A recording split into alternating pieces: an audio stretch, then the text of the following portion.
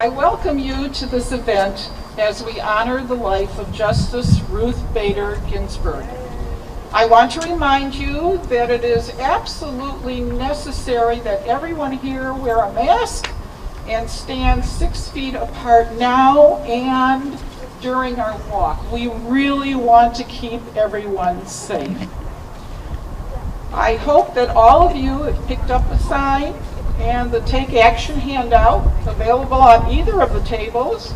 If you didn't get a sign or handout, you can pick one up before we start. Also welcome Judge Deborah Rance of the 46th. Thank you so much for your support. Thank you for joining our efforts. NCJW Michigan is a local section of the National Council of Jewish Women. It is a grassroots organization of volunteers and advocates striving for social justice by improving the quality of life for women, children, and families, and by safeguarding individual rights and freedoms. NCJW Michigan is a 501c3 nonprofit, nonpartisan organization, and as such, does not endorse candidates or political parties. We do not advocate for or against any candidate or political party. We may, however, take positions on issues and on federal judicial nominations. Few people have so decisively altered the lives of so many as Justice Ginsburg did in her lifetime. Ideas that once seemed so radical today are common sense because of her efforts. She committed her life to public service and protecting the rights, freedoms, and health of all who live in our country. We are so glad to have all of you, our community, here to join us in honoring the memory of Justice Ginsburg. And now I would like to introduce Kathy Cantor, one of our state policy advocates. My Jane Fonda step aerobics coming. Good afternoon. As Amy said, I'm Kathy Cantor, one of the 3 state policy advocates for NCJW Michigan. I'd like to begin with the recent words of Rabbi Benji Barlev, commenting on Justice Ginsburg's death occurring on the first night of Rosh Hashanah, the Jewish New Year.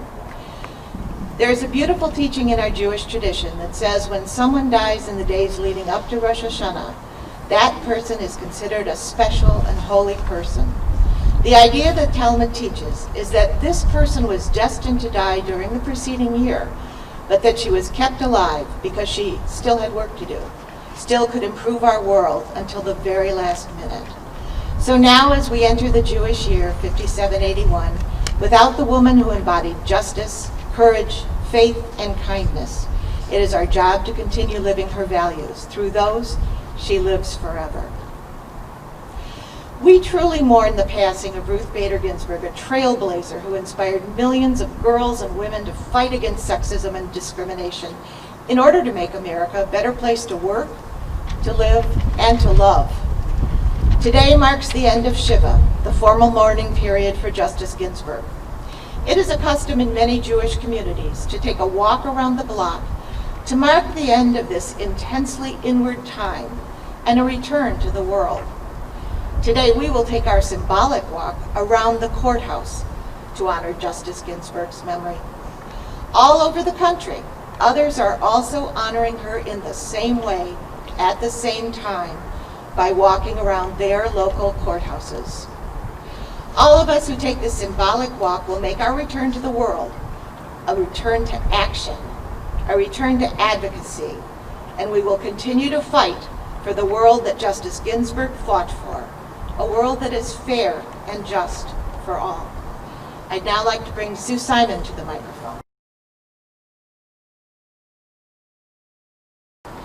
Hello, my name is Suzanne Simon, and I am the co-chair of Courts Matter Michigan of National Council of Jewish Women.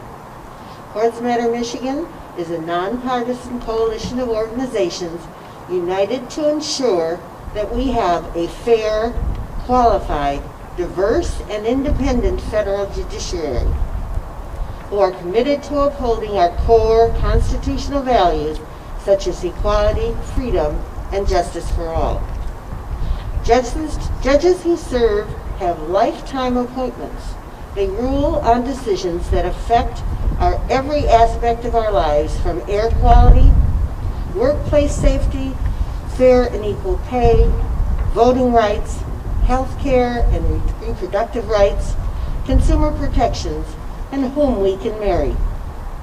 Courts Matter works to educate, inform, and mobilize on issues related to our federal courts. I'm happy today to welcome the Chief of Police, Alvin Darren, and thank you for being here, and to introduce Ken Siver, the Mayor of the City of Southfield. I have worked with him for a long time in Southfield Public Schools, so I already knew him as an outstanding person. But I'd like to thank him and express our appreciation for all of his efforts to secure this wonderful site for our walk. Mayor Ken Siver. Good afternoon. I want to welcome all of you here on behalf of the City of Southfield. Some of you, I see a couple of my former colleagues here. I was a teacher in Southfield Public Schools. I taught journalism. And in 1987, I went before the Supreme Court with the Hazelwood case. If you're not familiar with that, this was the attempt to stifle students' free expression, particularly by school administrators, school boards, silencing the student press for prior review or banning things that were important to kids. As a journalism teacher, free speech was very important. We taught ethics. Besides good writing, we taught ethics, balance, fairness. And when this case went to the Supreme Court, it was prior to Justice Ginsberg's appointment, but it was very notable to me. We lost the case, and one of the chief reasons we lost was Justice Anton Scalia. He sat behind the bench in that venerable hall and kept saying, well, who pays the lights and the water bill? And he just totally missed the point. And I sat there angry and very frustrated, because I knew what, as president of the Journalism Education Association, I knew what our teachers were doing for young people to help them become productive citizens and advocates for the very things that Ruth Bader Ginsberg fought for. I often thought the decision would have been different if Justice Ginsberg had been on the court. And then, time passes and you put things in different perspectives. Obviously, Justice Ginsberg was a giant. She was small in stature, but she was truly a giant, fighting for the rights of all, foremost equality. She was also a very brilliant woman. But being smart is not enough. And I make a distinction between intelligence or brilliance and wise. She was wise. And so, back to Anton Scalia for a moment. They're best friends. And it made me think of the wisdom this woman had, as she, you remember the famous quote also about how she kept a marriage going for so many years by tuning out some things you just pretend not to hear. And I'm sure she did that with Anton Scalia, that they could go to the opera together and they could have lively conversations. And obviously what an example that she set, especially in these divided times. We need to continue the things that Ruth Bader Ginsburg stood for, as she was a great example for all of us. So I thank you for your activism today. I thank you for coming to Southfield for this event. Obviously, Justice Ginsburg will live on in all of our memories. Thank you very much.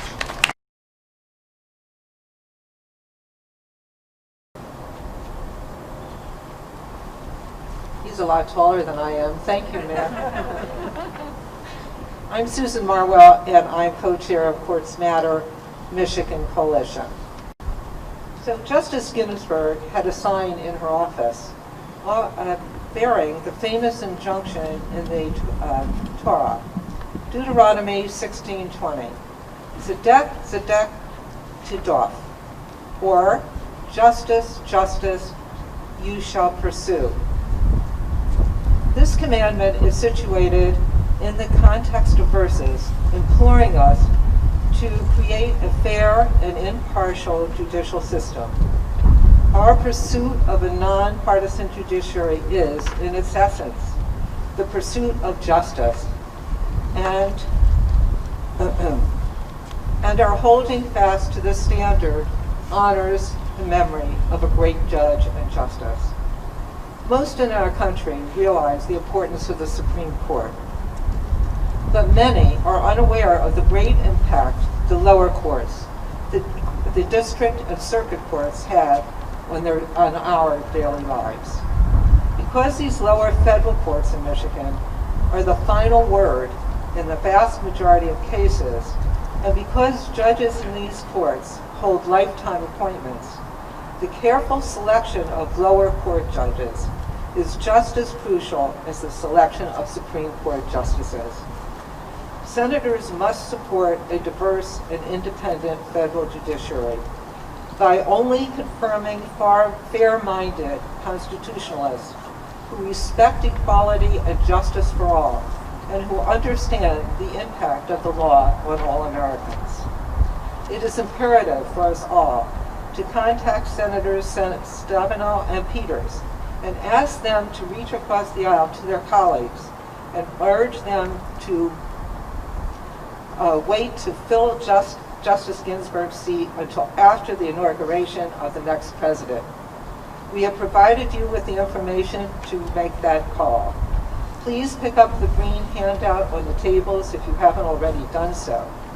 And now I would like to introduce Judge Deborah Rance, 46th District Court, who would like to say a few words. Thank you. Thank you. Again, I'm Judge Deborah Rance, and I couldn't have dreamed of not being here when the invitation was sent out. I remember being in a dark theater about a year ago around this time with a group of women lawyers from Michigan, where we were able to premiere for the first time the notorious RBG, and we did so together. And it was a joyous event. The movie was fantastic. If you ever get a chance to Netflix it or watch it again, the notorious RBG that told the history of her life. I knew that I would not have been in that dark theater with all of these women lawyers had it not been for her. I know that I would not be in this building as a judge if it had not been for her strength and her tenacity. I want to thank her once again publicly for hanging on through her illness as long as she did. She did it for all of us. Thank you. Thank you for being here to commemorate her.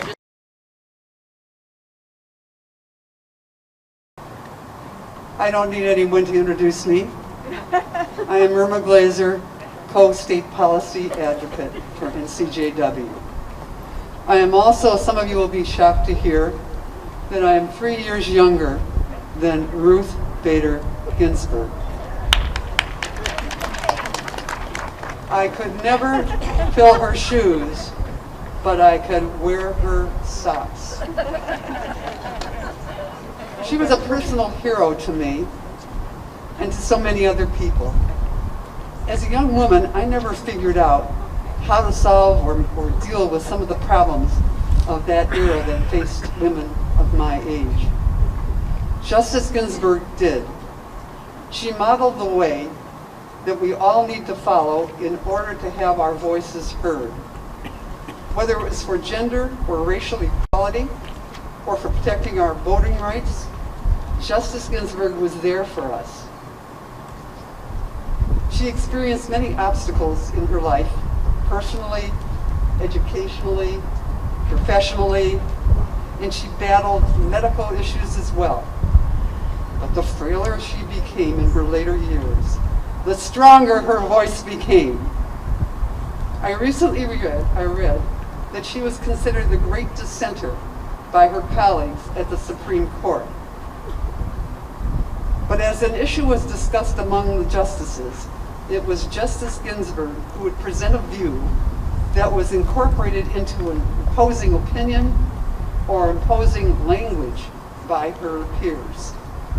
Although there are some people who only know her about the popular fame that has surrounded her in recent years, she was a person who quietly but determinedly set out her goals and worked tirelessly to achieve the moral, ethical, and just answers to the legal questions that came before the court. We are here today to honor her life, and we must do our utmost to see that her seat is filled by our next president, and that our federal courts are represented by the best and brightest people of the law. Chief Justice Sheila Johnson of the 46th District Court has chosen to join us. It's important we hear from her.